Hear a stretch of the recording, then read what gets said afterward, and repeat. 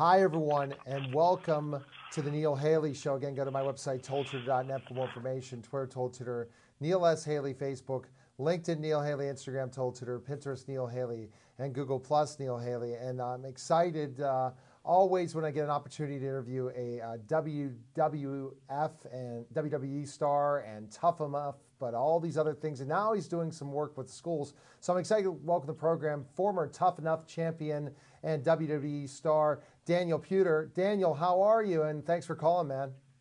I'm perfect, brother. Howard, thank you for having me today. I really appreciate it. Oh, fantastic. It's great that you're on the program. I was doing some research on you, Daniel. I was a Tough Enough fan in a way. I don't know if I'd say a fan just because of former professional wrestler that I was, and I watched the show. But I had to go back and do some research on you to see the situation, I guess, that you're most famously known for with your wrestling Kurt Angle in a shoot fight. So you were part of this whole MMA thing and stuff like that before you were a professional wrestler. Then you were in mixed, yeah. Yes, that's right. I was 20-0 amateur and then 1-0 professional. So I was training from the age of 16 years old for mixed martial arts and then amateur wrestling I started at 12 years old. So it was a good run, good career, and then I went into pro wrestling. Very interesting going into the whole pro wrestling thing, Daniel, and the process of the Tough Enough. That's interesting. A lot of the people that you ran into, I might have ran into them in the business as well. So, first, when you decided, hey, I'm going MMA to be a pro wrestler, what did people think of it that were in the MMA? Were they thinking, "Are you kidding? Are you kidding me, Daniel? You're going to be part of that?" You know, it's interesting because there's a lot of overlap in these the different sports. Um, And I think a lot of MMA fighters, as kids, they watch pro wrestling. So, it was just funny. Some guys, they would be like, dude, what's going on here? And then other guys, back in the day in Japan, a lot of the guys that were MMA fighters would actually do pro wrestling too. Really? Like my old tag team partner Shinsuke Nakamura in Japan, he did both. And what's funny is I got to wrestle with him. What was that, about 4 years ago in Japan? We were Okay. tag team partners, and he trained at my gym when I was like 17, 18 years old with one of my coaches, Brian Johnston, for a fight. So I knew him 10 years before I actually got to tag team with him. So it's pretty amazing how it works hand in hand. I think a lot of people don't understand this question because I'm a former professional wrestler. Is that when I was in Germany, ended up having to shoot fight somebody because the person was not letting me get over in front of the crowd because it was his hometown in Germany. So I had to take him down, stretch him, and put him down, saying, "Are we ready to get started?" and all that stuff because you're blowing spots and stuff in the match. So a lot of times people don't understand, even in the WWE or pro wrestling, at times matches don't work out the way they have to work. And if you don't know how to, I guess, let's say the word stretch somebody and take them down, you could be embarrassed in a match, couldn't you? Correct. And I mean, I'm not saying that I was the toughest in WWE, but all together, I mean, when I was there, yeah, there's some tough guys like Hardcore Holly who was coaching me, and he's a Mm-hmm. great guy, and there's Kurt Angle, and these guys are really good, but there's a difference between being tough and technical. Right. And if you're a gold medalist, Yes. and I key lock you, and you don't see it coming, then you don't even know what it is. You don't know how to defend against it. It's all technique, right? I mean, it Yes. doesn't matter Exactly. how tough you are. I'm going to snap your arm off. Right. The headbangers did that to me. I don't know, Daniel, if you knew, I'm 6'10", was 310 pounds back in the time, and I worked. They were the spiders in the Ozark Mountain Wrestling, and basically before they became the headbangers. And if I screwed up a spot or something happened, they would take me down. Especially Chaz, he would not take anything. He was an amateur wrestler, and he put me in a shoot hold and say, "Now let's get started. Let's be real." And a lot of the guys down south, they would put people in shoots, especially the amateur wrestlers. So I think that people understand that you get in the professional wrestling ring. That's why you're saying there's differences with MMA and that, except we know who's going to win in pro wrestling. But at times, it is not fake. You're getting beat up, you're getting hurt, and people really are not. If you do things wrong, you're going to end up getting hurt in the ring, right? Exactly. You know, Yeah. with the pro wrestling, I actually got hurt more than MMA fighting. I never went to the hospital Right. once in MMA. In pro wrestling, I went to the hospital a few times, and so to be able to see the abuse you actually draw, like in practice, MMA fighting, you get more abuse than actually in a fight because it's Right. that more consistent. But by the time you're in a fight, you've already gotten beat up so much, and it's that consistency of just getting pounded that your body's more used to it. But in pro wrestling, same thing. It's abuse, but it's more abuse. You're getting dropped. You're getting people landing on you. You're a 200 and whatever pound person. Most of them are Yes. 200 or over, and you're falling consistently on your back or on people. Yeah. Like that's not normal. No, it's not normal. Or taking falls in the concrete, or going through a table, or taking chair shots to the head, all those different things. So, and I know because of our audience specifically, and I saw the YouTube, I have to ask you a question about specifically telling us the story before the second segment. Promise you it's going to be all about your nonprofit, but the experience that is a YouTube sensation of you and Kurt Angle once you won Tough Enough and you had a shoot fight with Kurt. Can you kind of take us towards and tell us a little about that? Especially, I know I could share this with a lot of my wrestling friends because I can ask definitely the right questions in this process. Take us through this. Yeah, for sure. So we started off each individual segment on Tough Enough was completely different. Some of them they gave us a little bit of information and said you have to dress this way, you got to do this, or whatever it was, and then they just threw us in situations, and it was great because it made that kind of stuff reality makes good TV. Yeah.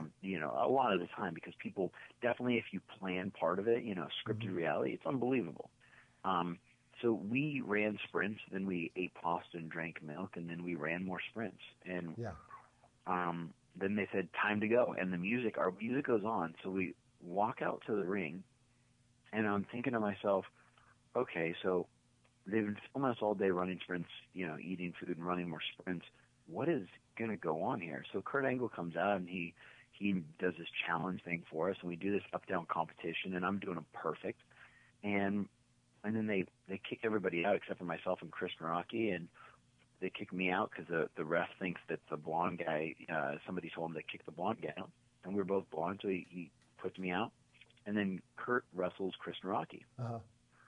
So it was just interesting, and he breaks a few of his ribs, and it's just interesting to be able to see, how Kurt then after he wrestles Chris, he looks at me and he goes, hey, anybody else want to get in the ring with me? And I raise my hand, and everybody else was like, oh my gosh, dude, you're crazy.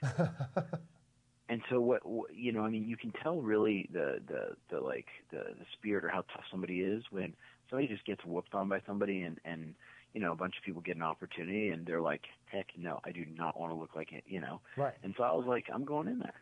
And, I caught him in the corner. He was much stronger than I was. Mm-hmm. He's an Olympic gold medalist. Go figure, Right, know? exactly. And so, I caught him in the corner. What I'm good at is I'm good at catching people, and it's just, it's a chess game. Yes. And so I figured I didn't go in there with a game plan. I just said, hey, I'm going to go in there and wrestle him. I'll see how well I can do. But the rules were no striking. Right. And so, that was the deal.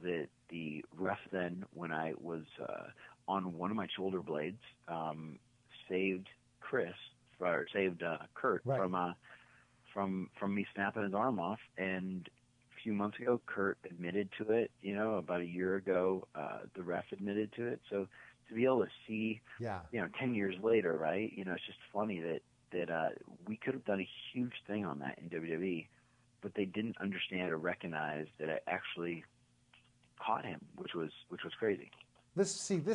Daniel, if this was 10 years later, think of CM Punk, think of the smaller wrestlers now. They probably could have done this as an angle, ran a big deal for a long time, money between you two. Because the wrestling, Correct. the business has changed even more from then, that was still into the awe of big, gigantic wrestlers, to now where you're seeing people that could be off the streets, that look like they could be off the streets, beat guys that look like they are, completely gigantic. So that's interesting the point, and then that they finally admit this in certain things. And who knows, Daniel, because I was also watching on YouTube that you're making a comeback into pro wrestling. I've already known this in certain ways in pro wrestling. You never stop as a pro wrestler. I've made 2 comebacks after Germany, and I'm 42 years old now, and who knows if I ever get back in the ring again, but it's in your blood. And if somebody said if there's a pro wrestling match right down the street right now, I'd be in the ring. That's the funny part about it, is it just stays in your blood for sure, Daniel. Wouldn't you agree? Yeah, definitely. I agree. You know, I love the entertainment. I love the fans. You build really good relationships with some of the wrestlers, and you have a lot of fun. You know, you can make people really, really, entertained and excited about life just because they look up to you. And that's really what we're working on with our aspect, My Life, My Power Entertainment, is, really bringing in some top athletes and entertainers to really be those role models for our future generation. That's fantastic. So when we get back, we're going to go more into that, Daniel. We're talking to Daniel Puder, WWE, MMA star, and I think I didn't answer the question about the whole back in the ring thing, but maybe that has something to do with what your nonprofit is. So when we get back, you're watching the Neil Haley Show and listening to Total Celebrity Show, and we'll be back in just a moment.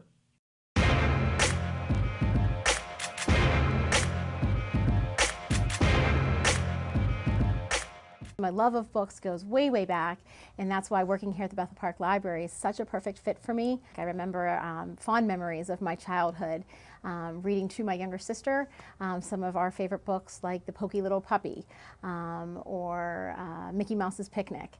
As part of our bedtime routine, we would be on our bed, before we fell asleep, reading chapter books together and all taking turns sharing chapters from Little House on the Prairie or Anne of Green Gables. As we got older and we were able to read it on our own, we would still read aloud together and we would share chapters. We'd take turns and pass the book around. I stress that to families today, the importance of reading aloud and sharing books as a family, because not only does it create those wonderful memories that you always have, but it's so very fundamental to the reading process and to the learning process. Picture books have always been my favorite. So again, working here at the library is just wonderful, and it's the perfect fit because now I get to share those happy memories and I get to share the awesome picture books with kids. And kids of all ages. I love doing shows on BPTV such as Book Nook because again, I'm sharing my love of books with kids at home and hopefully encouraging them to come in and then check those books out. And it does work. I've seen it happen. I love when kids run in here, the next morning and say, I just watched you on TV last night. Or when a parent is with that child saying, hey, we're here to check out that book that you read on the last Book Nook show. That's great. That's how we know it's working and our purpose behind the show is being fulfilled. It's also especially rewarding to me to hear of not only people watching it and viewing it with their kids in their homes, but maybe also using it in their classrooms. I have a lot of friends who are teachers, and we've connected again via Facebook, and a lot of these teachers are telling me that they're airing Book Nook in their classrooms and sharing it with their young students. So that's especially rewarding to me. Patrons who I've become very close with, friends with, who have moved away, and they were sad that they were no longer going to be able to tune in to check it out, but lo and behold, now they can because, again, the BPTV staff is so wonderful, and they upload our episodes to YouTube as well, so now she watches them on the web with her children in Kentucky or wherever it might be. So it is very, very rewarding. We're not only sharing these stories, these special books with kids here in Bethel Park, but we're sharing them with kids across the United States. My name is Elaine Volpe, Head of Youth Services at the Bethel Park Public Library and producer of Missy Lane's Book Nook on BPTV.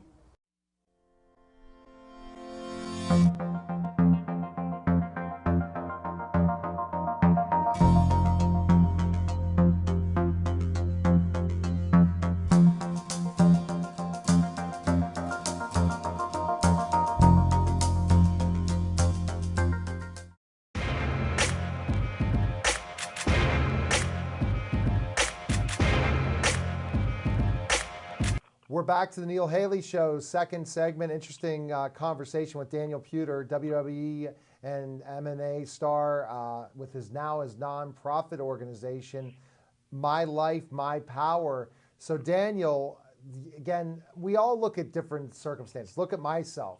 Pro wrestler, went back, became a teacher, then an entrepreneur, and then had my own radio and TV show. That we kind of look at our experiences in wrestling and try to take those experiences to daily life, to bring the excitement, to bring different things. So tell me about why you started this nonprofit. Yeah, so we started the nonprofit about 5 years ago so that we could originally stop bullying, and then we went to drugs and gangs and this and that sort of thing. And, you know, in America, we're number one, for instance, in per capita for prisoners, right? Okay. You know, we have the largest military in the world. We're number one pharmaceutical drugs, and so you look at some of these things that we're number one in, and you know, we're also, I think it was like 100 and we're above 100 out of 150 countries in happiness, right? So we're one of the most drugged up, imprisoned, unhappy countries in the world. Oh, and I'm like, gosh. how do we create more value and fulfillment and help our future generations love their life instead of committing suicide from being bullied, instead of Right. going to drugs for a fast fix, right? How do we do this? And so what we did was we started going around to schools asking their biggest challenges, and Right. and we had kids that said they were being raped and beat and, Oh, my. and homeless and you know, no food and just like America, this is America. Like we're, you know, it's just incredible that a lot of these things could happen in our country. And so it's because we've spent time on stuff instead of love. Okay. Like my parents wanted to give me more, their parents wanted to give them more stuff. And they thought about how do you build a bit better career? How do you get more educated? How do you do, you know, it's just about what can you, how do you have a better retirement, right? Right. And it's all focused about like long term, which is a great thing, but you got to enjoy the moment. You got to build community. You got to love each other for who you are. And so we created a peer mentorship curriculum that is evidence-based now. We've been in 32 states and 10 countries. Wow. We're working with groups like the FBI, DEA, Homeland Security, local law enforcement, working with the White House. We're working, we just became Great. a university college course Really? starting in the fall at Nova Southeastern University. It is the first peer mentorship university three credit course in the country. And so we're working to not only work with the educators and law enforcement and parents to make them understand how to help their kids create more value and fulfillment in their life, but we're also working with students in the schools consistently with a year-round program, which most programs don't do. Right. So we not only educate and train the mentors, like I was just at a school today in Broward School District in Florida, and they said, hey, we started a mentor program. We're doing great, but we don't have a curriculum, and we've never trained our mentors. And so we specialize in training mentors. We specialize in then getting some of these high-energy kids that, you know, either are in juvenile hall or that, you know, have challenges, major challenges in their life, and we help these educators understand how to change their mindset. And so we created this, and then often we created My Life, My Power Entertainment, because a lot of people go out and they ask for money as a nonprofit, and they say, hey, give me $10, give me $20. Well, $10, $20, if you got a lot of people throwing in $10, $20, Right. you can really do a lot. But these days, you know, a lot of people, they're going away from that model, and it's more of the social entrepreneurship model. Right. So it's how do you buy like a ticket to a pro wrestling event, and how does that support a kid for a year? Oh, that's interesting. So that's a really interesting thing, Daniel. What, are you trying to get me back in the ring? Just kidding, Daniel. Well, I'll come out and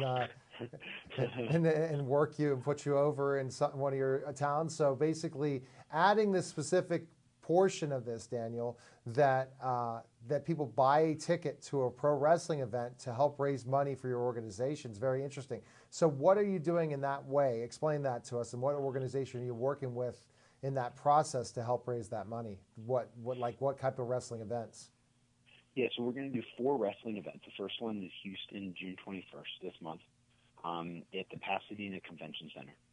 And so we just picked our we basically put together a whole card. We've been working for the last 3-4 months on putting it together.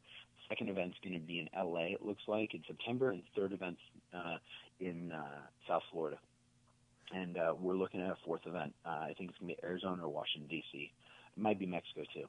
But we're working on some different events. We're bringing in local talent, and then we're going to fly a couple bigger names in each event.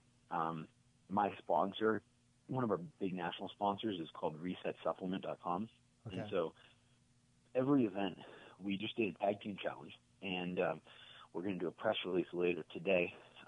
But we just picked two guys. They're based actually in Florida, but it's just an amazing story on what they do and why they do it, why they wrestle, why they want to help kids, why they want to serve the community, and so we're working a lot with good talent. I don't care if you're the biggest guy, the buffest guy, right. the best wrestler in the world. What I want to help pro wrestlers right. and other athletes become, because a lot of guys don't get paid that much when they're on the indie scene. Right. So I know that for sure. I know, right? Yeah. And so I'm going to be helping them understand how to build their brand, build their social brand online, and then also build their fan base, and then take that and then use their speaking ability, and we're going to teach them how to speak more and work with them on that, and we're going to basically start booking them in schools to go do assemblies across the country. That's great. That's such a great idea for sure. And so you're back, get back in the ring then. I saw that in the YouTube then, right? You're going to be wrestling as well. Yes, I will. I'm going to be main event with Major Mark, and then it's a tag team challenge that we're going to announce later today. I'll actually send you the press release right when I send it out to our publicist. So. Well, fantastic. And so did you think when you were starting this organization, this nonprofit, you were going to bring back wrestling again? No. What's funny is, everything I do is for a purpose. Yeah.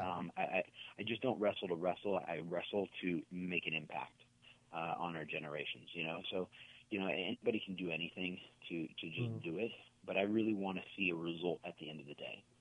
And so that was one of the big things that I talked to my board about, and I talked to some of my advisors and mentors, and I said, how do we, what do you guys think about this? How do we rebuild America and get it to where it should be?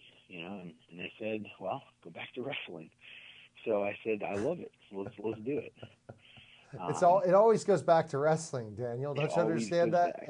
It doesn't matter what we did all our lives. We're always the pro wrestler. I don't get that. I don't get it. I know.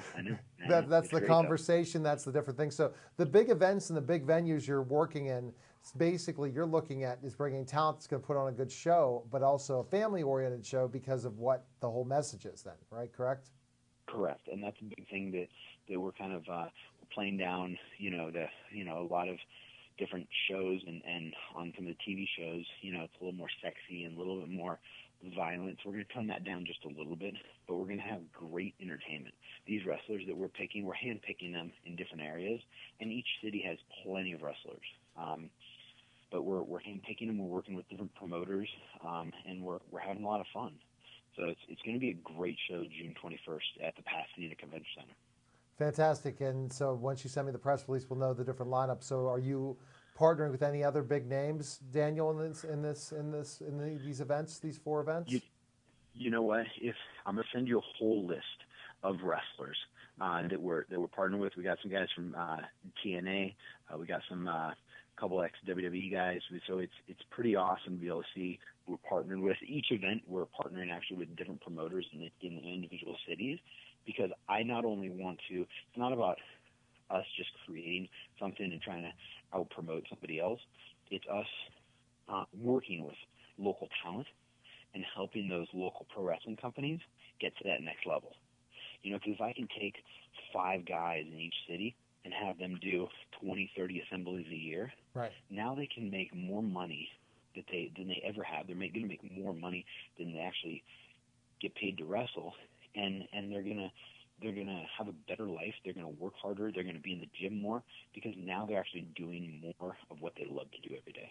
And they're making a difference. When I got to doing autographs and different tours in Canada and Germany and working with the kids and doing the Polaroids and all that stuff, it was fantastic. And to be able to do those talks and teach them how to talk and about making the right choices in life and the right decisions is so key, Daniel, and developing and growing everything that you're doing, for sure. Yeah, it's a great story. Yeah. And one other thing that I can just throw at you, we can give out a couple tickets. I'll put a couple names on a list. So if you have a couple people in Houston that want to come to the event, I will win the tickets however you want to do it. I'll give you 2 tickets. So I was just thinking about, people that are listening to this and they want to come out, apply for it. All right, well, fantastic. We'll definitely stay in touch and figure out how the promotion. So the next event is going to be, you said in California, or is it in Houston? Which one's the event in June? The first event is Houston area. It's Pasadena Convention Center, June 21st. June 21st. Then you're going to be in California, you said, in September, correct? Yep. We're working on the dates right now. Because it airs different times. Like our television show will air at this time, and then the radio show will air at this time, Daniel. So it was great talking to you. Where's the best place we can find information on you? Where can we go? Go to mylifemypower.org or go to mylifemypowerentertainment.org. Or if you want to see about me personally, you go to danielputer.com. It's funny how wrestling comes back to you. So you're like, you never thought you'd go back in the ring after you went on to a different career after your experiences in the WWE and then also working in some other indies, and then bam, you're back again. So it's interesting, but you're doing it to make a difference. That's the important thing. You're using your gifts and talents in the ring and learning from promoters, and now promoting something that's going to help kids, and that's great. So thanks again for calling, Daniel. You got it. Have a great day. Thank you very much. All right, that was Daniel Puter, and great show again, Neil Haley Show. Again, go to my website, tolltutor.net for more information. Twitter, Toll Tutor, Neil S. Haley, Facebook, LinkedIn, Neil Haley, Instagram, Toll Tutor, Pinterest, Neil Haley, and Google Plus, Neil Haley. And we're going to continue to have great guests and interviews on the Neil Haley Show, and really liked our conversation with Daniel. You can hashtag Neil Haley Show, live tweet all the different things. Should I go back to be a professional wrestler? I'll bring that out to you and see if that ever happens. If there's an event near me that will help raise money, you never know if I'll do that kind of PR. If Daniel could do it, I could do it. Well, Daniel's a little younger. But good talking to you guys, and we'll talk next week. Good day, everyone.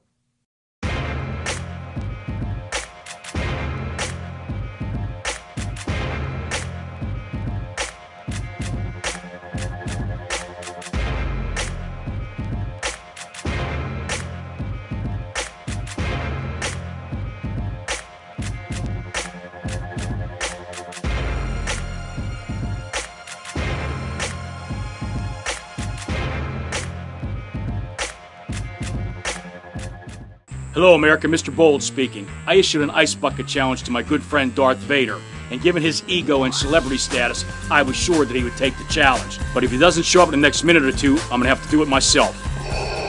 I find your lack of faith disturbing. Nice towel. And I said a bucket challenge. That's a cup. Don't make me destroy you.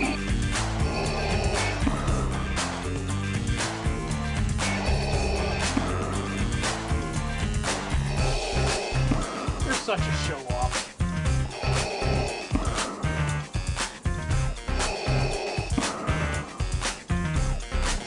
What are you waiting for, you big sissy?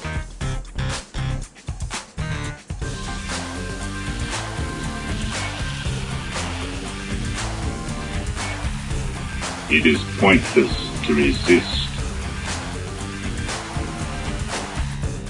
I can't believe you just force-soaked me! All too easy. You're not such a bad guy after all, old buddy. Apology accepted. The Ice Bucket Challenge has done a great job of raising awareness for ALS and many other noteworthy charities. If you have an Ice Bucket Challenge or some other cause you would like to bring attention to, Darth Vader and yours truly, Mr. Bold, would like you to come to BPTV and will gladly help you make a program or promo or share your existing video with the community. We would be honored if you would join us.